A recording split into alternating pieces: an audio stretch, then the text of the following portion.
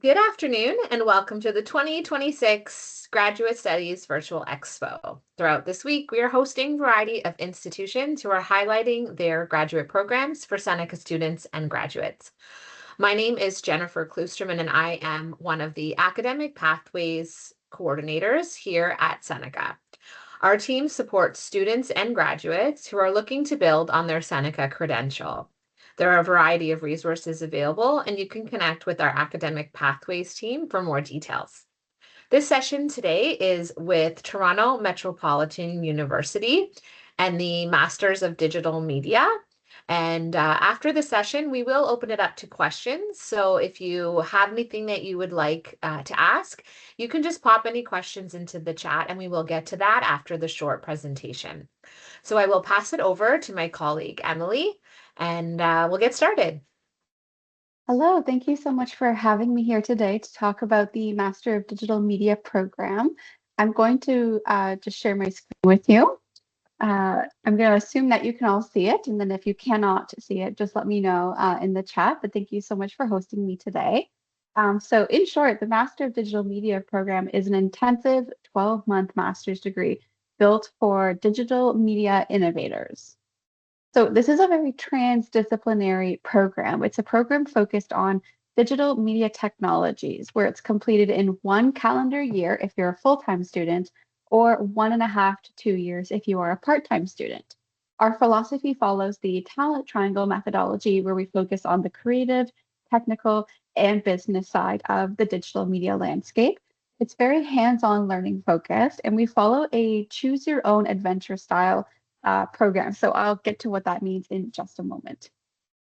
This is where the choose your own adventure comes into play. Unlike many master's programs, there are actually 4 distinct pathways that you can take toward graduation. The first is a traditional thesis paper in addition to your coursework. A research paper dedicated to your specific area of focus, where you take a directed readings research course to help get you going in terms of literature review. You work with a supervisor, and we suggest this for students who are interested in moving on to a PhD. Most students fall within this middle category, which is a capstone project in addition to their coursework. You can choose to either work on a startup where you develop the MVP or the beta version, write your business plan and personal reflection as your paper, or you can do an industry partnership, which is where you're working with an outside partner from the industry in a team to do a thesis project. And it's more professional experience based, sort of like a client freelancer relationship. And the final and newest option is the coursework only pathway. This is for students who aren't really necessarily interested in doing a thesis project in addition to their coursework, and they want to just focus on doing courses as their main sort of pathway to graduation.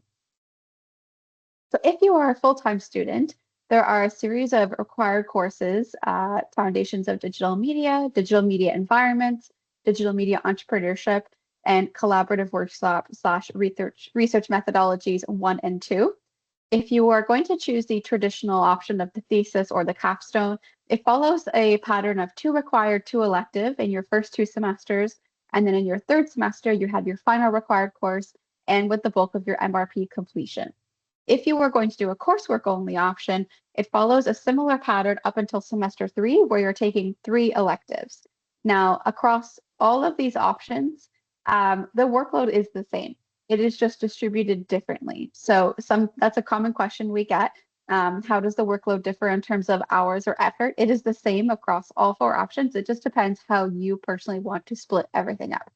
Each course is about 3 hours of in-class learning with about 2 to 3 hours of homework and research. So that's about 5 hours weekly per course, with about 5 to 10 if you're doing a traditional thesis or a capstone project. So when we say full-time, it really is like working a full-time job. Most students spend about 30 to 35 hours a week on program-related activities. If you're interested in doing part-time, I would like to note that part-time is only available to domestic students, and you must select part-time at the time of applying. It follows a very similar pathway. You just have more semesters to complete. You have the same option for courses, same required courses, same options for pathways to graduation in terms of thesis projects. You just have a little bit longer to do it. I always like to address the elective offerings that we have within the MDM program. MDM electives change term to term based on industry trends and student needs, but each term tends to follow a theme. We sort of have these classes structured in a way that every class has the opportunity for portfolio-ready pieces. And we hire instructors directly from industry, so we tend to work with their availability a lot. If in your research of the program, when you're looking at projects, if you have a specific focus for an MRP or projects that you want to work on already in mind when you're applying, which we highly encourage you do, you may want to align your application with the intake that offers correlating electives in your potential first term. That way you get some really good foundational knowledge right at the start for your project, and then you can build on that throughout the rest of the year. So in the winter, we tend to focus on things like interpersonal communication, user experience design, AI, digital media, and themed entertainment. In the summer, we offer digital publishing, 3D modeling, AI, XR, and virtual production, UX, UI of immersive realities, and human-robot interaction. And then in the fall, we offer interaction design, digital fabrication, physical computing, and then a game design course focused on prototyping and testing. Let's take a look at some MRP examples. So some examples of student work. These are some examples of traditional student work, like Nancy, who did the phenomenon of scent and virtual reality. We have Michael, who focused on digital media accessibility, specifically on multi-script font expansion. Tyler did a multisensory art therapy experience using the 360 immersion studio that we have here on campus. Jean-Jacques created an AI-driven installation where he investigated how generative AI and embodied computing produces co-meaning and interaction in real time, and he physically built out the prototype, which was really exciting. This is an example of a team project with Milzi, Xiaoming, and Hamza, where they created an immersive VR video experience where they custom designed motion capture and haptic circuit boards. That way, users could feel the size and shape of digital objects in a simulated environment. This is a great example of an industry partnership with Afnan, Issei, and Melissa, where they partnered with Alan Novak Productions to create Glitchered to test out, can comedy be taught to a non-human entity? Another example of an industry partnership, the Echo Wave project, working with the City of Toronto, where they were visualizing mental health using Touch Designer to create an immersive art experience for the Future Makers Conference. We have the Little Canada group, where they partnered with Little Canada Tourist Destination at Yonge and Dundas Square, where the project focus was enhancing workshop experiences through digital integration, and it's currently in use at Little Canada as we speak. These are some of our project partners for industry partnership students: City of Toronto, Kite UHN, TIFF, Little Canada, Overactive Media, Fort York, Cadillac Fairview, Aga Khan, and the list goes on. We are constantly bringing in new partners. So if you're interested in the industry partnership pathway, by the end of your first month, you will have filled out a form to choose your ideal project and then get matched to a team. Let's talk about some of the laboratories that students have access to create these amazing projects. There's the Design Technology Lab, which is an 8,300 square foot research, education, and manufacturing space. So think large scale production and manufacturing. We have the Catalyst, which is a scholarly research and creative activity space within our main building. We have the Red Bull Gaming Hub, which is a state-of-the-art video game, esport, and virtual production studio where we run a lot of those tech-heavy courses out of. And then we also have the 360 Immersion Studio, which is perfect for AR, VR, and mixed reality experiences.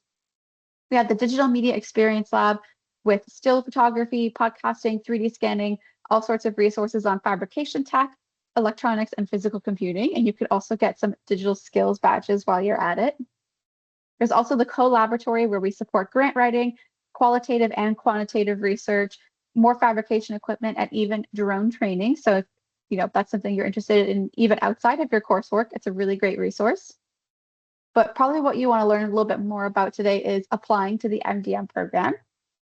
For the academic requirements, we are looking for a 4-year honors degree or equivalent. If you don't have a 4-year degree, you are still welcome to apply to the program. We have accepted students before who don't meet the 4-year degree, but have all kinds of other experience to help meet that gap. We are looking for a grade point average of at least a B in your last 2 years of study. And then I'll address the English language requirements for international students in a moment. But the more important stuff that I would encourage you to focus on is the non-academic requirements. These are the things we tend to look at first for an application. The very first thing we look at is the statement of interest, which is 500 words on why you want to be in the program and you must identify what stream you want to participate in, an MRP or coursework only option. The portfolio is the next thing we look at, where we look at 3 examples of your best work that demonstrates proficiency in your area of specialization with context. Please provide context. And then every application is required to have a minimum of 2 reference letters. If you graduate anytime between 2022 and 2026, you must include 1 academic reference letter. And then there's a resume as well. And that there's nothing special you need to do for a resume, pretty standard. So anyone who's an international student, including those who have completed a degree at a French-speaking or English-speaking institution, will be required to provide an English language proficiency, either a test score or a medium of instruction letter. So if you're looking to do a test score, if you fall within that category, we're looking at a TOEFL, an IELTS, a CAEL, PTE, or Cambridge assessment test. If you've done your degree in English, either here in Canada or abroad, then a medium of instruction letter will suffice. So you just need to reach out to your university or college registrar's office and get a letter that confirms your name, the year you did your degree, and that it was in English. And you can submit that in place of a test score. Funding opportunities.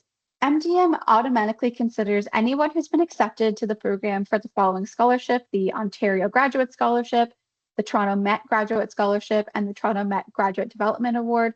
Most of these are available to both international and domestic. We strongly recommend that if you submit an application, the same day you do it, look at the scholarships website and apply to as many as possible. And we're pleased to offer a wide variety of opportunities to graduate students. I would highly recommend that you go to the TMU website specifically for scholarships and awards and take 30 minutes to go through the list. It's too long for me to go through today because there are dozens of options and they have deadlines, eligibility criteria, and information on how to apply. What about after graduation?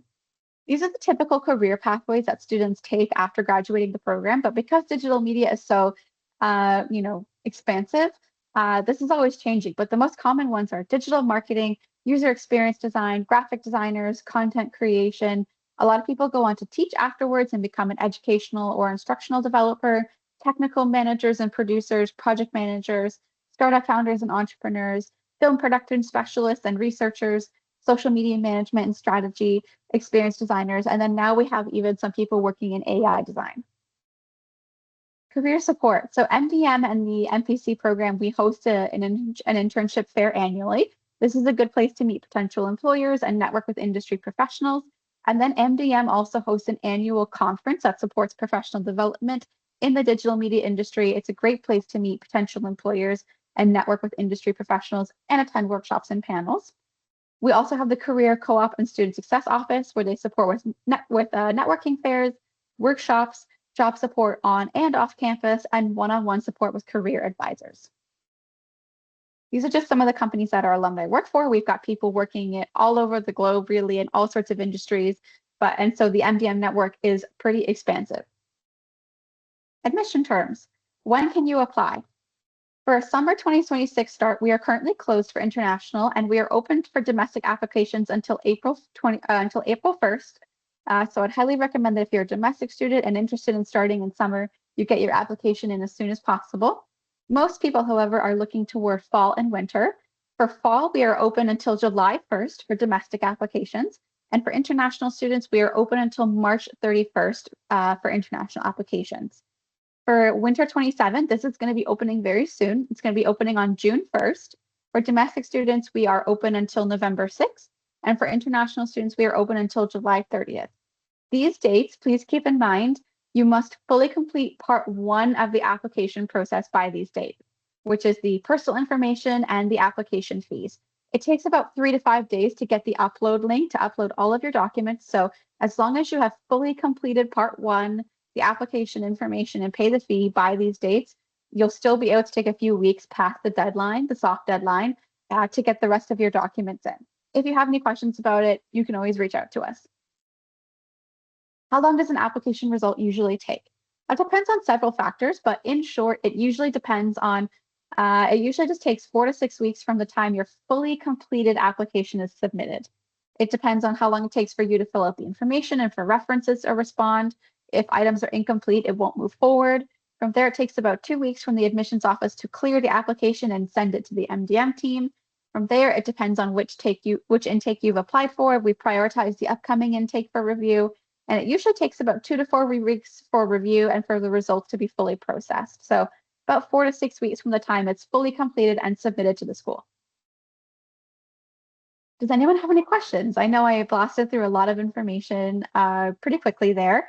We do have another program information session on April 15th, and you can register on our website. We spend about an hour and a half on those information sessions, and we also invite MDM alumni to come and talk about their experiences. Thank you so much, Emily. That was extremely informative. Yeah, so if there is any questions, we are also a really small group. So if you would like to just be unmuted, you can raise your hand and I can unmute and we can do the questions that way, if that's easier.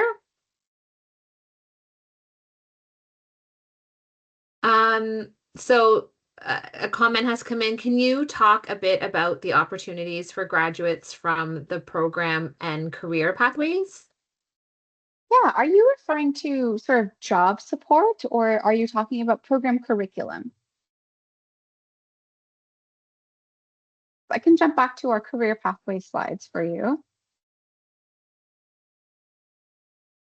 Job support. Okay, so I'll go back to our job support page. So in terms of job support, in terms of what MDM, the program specifically provides, we annually host an internship fair for students to help meet potential employers. We do also have a private LinkedIn group for our students where we are constantly sharing job opportunities for students. That's private for people who are already in the program. We also host an annual fall conference that supports professional development and networking opportunities to meet employers. So that happens annually in the fall. And then in terms of TMU wide, we do have a career co-op and student success office where they are a dedicated support team for workshops on networking, your LinkedIn profile, resume building, portfolio. They produce networking fairs a few times a year. They have one-on-one career support with advisors, and they have job opportunities both on and off campus. Okay. I hope that provides more information for you, Amanda. Perfect. So if there are any more questions, we'll just give you another minute to get that in.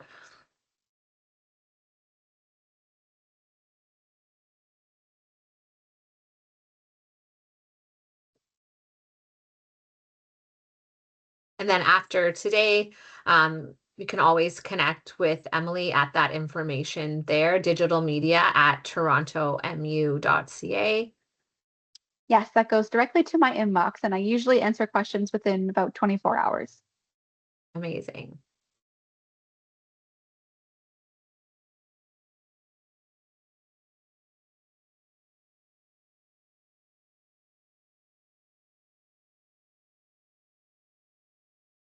Okay, so I don't think there's more questions.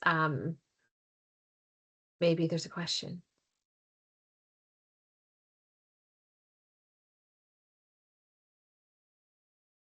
Good question. Our courses in person, not hybrid. To confirm, all courses are in person at the TMU campus downtown. We don't offer any hybrid or virtual courses at this time.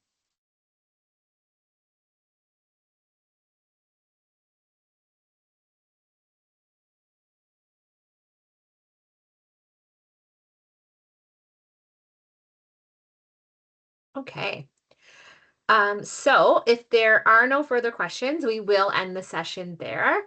And like I said, any students that are interested can get more information by reaching out to Emily at digitalmedia@torontomu.ca. So thank you so much, Emily, for joining us today and taking the time.